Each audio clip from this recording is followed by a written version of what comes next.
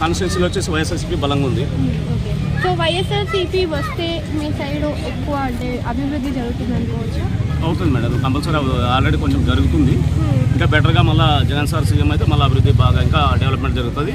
MLA అత్యధికంగా గెలిస్తే అధికారంలోకి రాష్ట్రంలో మళ్ళీ వైఎస్ఆర్సీపీ వచ్చింది అనుకోండి, మళ్ళీ ప్రభుత్వం డెవలప్మెంట్ బాగా జరుగుతుంది. అంటే మనకి లాస్ట్ టైం ఆల్రెడీ 14 yearsగా మనకి చేసేసి కొంచెం ఎక్స్పీరియన్స్ అయితే మన చంద్రబాబు నాయుడు గారికి ఉంది. ఇప్పుడు 5 years ఎక్స్పీరియన్స్ అయితే మన జగన్ గారికి ఉంది. ఇద్దరికి కొంచెం అంటే ఆయనకి ఎక్కువ ఉండొచ్చు, ఈయనకి తక్కువ ఉండొచ్చు ఎక్స్పీరియన్స్. కానీ మేనిఫెస్టోస్ అయితే ఇద్దరు చేశారు. సో ఇద్దరు మేనిఫెస్టోలో ఎవరు కరెక్ట్గా చేస్తున్నారు అనుకోవచ్చు? అబ్సల్యూట్లీ వైఎస్ఆర్సీపీ మేనిఫెస్టోలో కరెక్ట్ చేస్తుంది కదా. 90% మేనిఫెస్టోని ఇంప్లిమెంట్ చేస్తుంది ఓన్లీ వైఎస్ఆర్సీపీ పార్టీ. అది జగన్మోహన్ రెడ్డి గారే చేస్తున్నారు. అమ్మఒడి కానీ, నాడు నేడు స్కూల్స్ కానీ, రైతు భరోసా సెంటర్లు కానీ, 1 సెంటు స్థలము నిరుపేదలకు ఇవ్వడం కానీ. అవును, ఇంగ్లీష్ మీడియం ఉంది కదా మేడం, ఇంగ్లీష్ మీడియం పెట్టడం కానీ ఇవన్నీ చేయడం వల్ల పార్టీ ఎక్స్పీరియన్స్ అని కాదు కానీ ప్రజలకు చేస్తున్నారు కాబట్టి మళ్ళీ వైఎస్ఆర్సీపీ అధికారంలోకి వస్తే మేము అనుకుంటున్నాం. అంటే జగన్ గారు అధికారంలోకి రాకముందు అంటే సంపూర్ణ మద్యపానం నిషేధం అని చెప్పారు. అలా చెప్పి ఆయన ఓన్ బ్రాండ్లు పెట్టారని కొంతమంది భావిస్తున్నారు. అదే కాకుండా మనకి అదే మాటతోటి పవన్ కళ్యాణ్ గారు కూడా హామీలు ఇచ్చుకుంటూ మన టీడీపీ పార్టీలోకి అయితే పొత్తులో పెట్టుకున్నారు. సో ఇద్దరిలో నిజంగా సంపూర్ణ మద్యపాన నిషేధం ఎవరు చేయగలుగుతారు?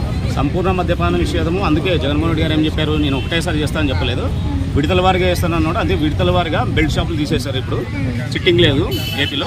సో కాబట్టి కొంచెం జరుగుతుంది. అందుకే బ్రాండ్లని డిఫరెంట్ బ్రాండ్లు పెట్టడం వల్ల వాళ్ళ ప్రజల్లో ఏమొస్తుందంటే కన్ఫ్యూజన్ క్రియేట్ అవుతుంది. ఒక బ్రాండ్ ఉందనుకో అదే బ్రాండ్ తాగాలనుకుంటారు.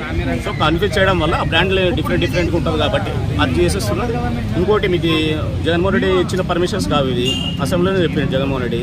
2018లో ఇచ్చిన జీవోలు ఇవన్నీ డిస్టరీస్కి ఇవి ఇచ్చినాడు కాబట్టి అప్పటి నుంచి ఇవి కంటిన్యూ అవుతున్నాయి తప్ప జగన్ వచ్చిన తర్వాత కొత్త డిస్టిలర్స్కి లేదు. ఈ మద్యపాన నిషేధాన్ని డైరెక్ట్గా అమలు చేస్తుంది. ఇంకా బెటర్గా మొత్తానికి తీసేస్తే ఇంకా బెటర్గా బాగుంటుంది. అంటే ఇప్పుడు చూసుకున్నట్టయితే మనకి టీడీపీ నుంచి కాసినేని నాని గారు పక్కకు వెళ్ళడం జరిగింది.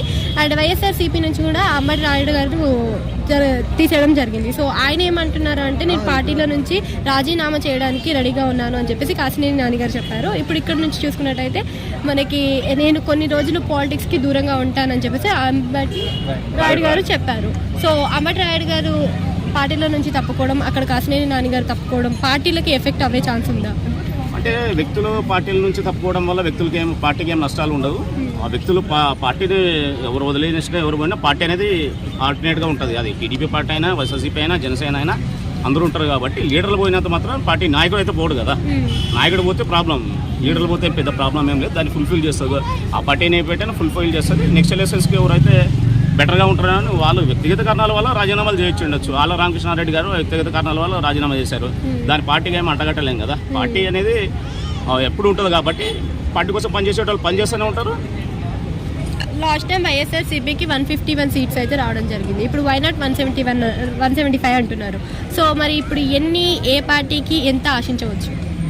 వైఎస్ఆర్సీపీ కంపల్సరీ 130 ఎడ్జ్లో తక్కువ అన్న రావచ్చు, 130 అన్న రావచ్చు.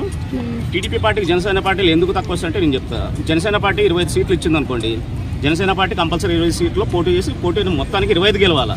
గెలిస్తేనే వాళ్ళు అధికారానికి వచ్చే ఛాన్సెస్ ఉంటాయి. 25లో మీరు 5-6 గెలిచినారనుకోండి మీకు మైనస్ అవుతుంది కదా. ఇప్పుడు 150 వీళ్ళు తీసుకున్నాను అనుకోండి టీడీపీ 150 కానీ కొంచెం 70-60 స్థానాలు గెలిస్తే ప్లస్ ఉంటుంది తప్ప మీకు అబ్సల్యూట్లీ మెజారిటీ రావాలంటే 90+ ఉండాలి కాబట్టి. సో ఈ పార్టీలు చీల్చడం వల్ల మళ్ళీ అధికారంలోకి వైఎస్ఆర్సీపీ వస్తుంది.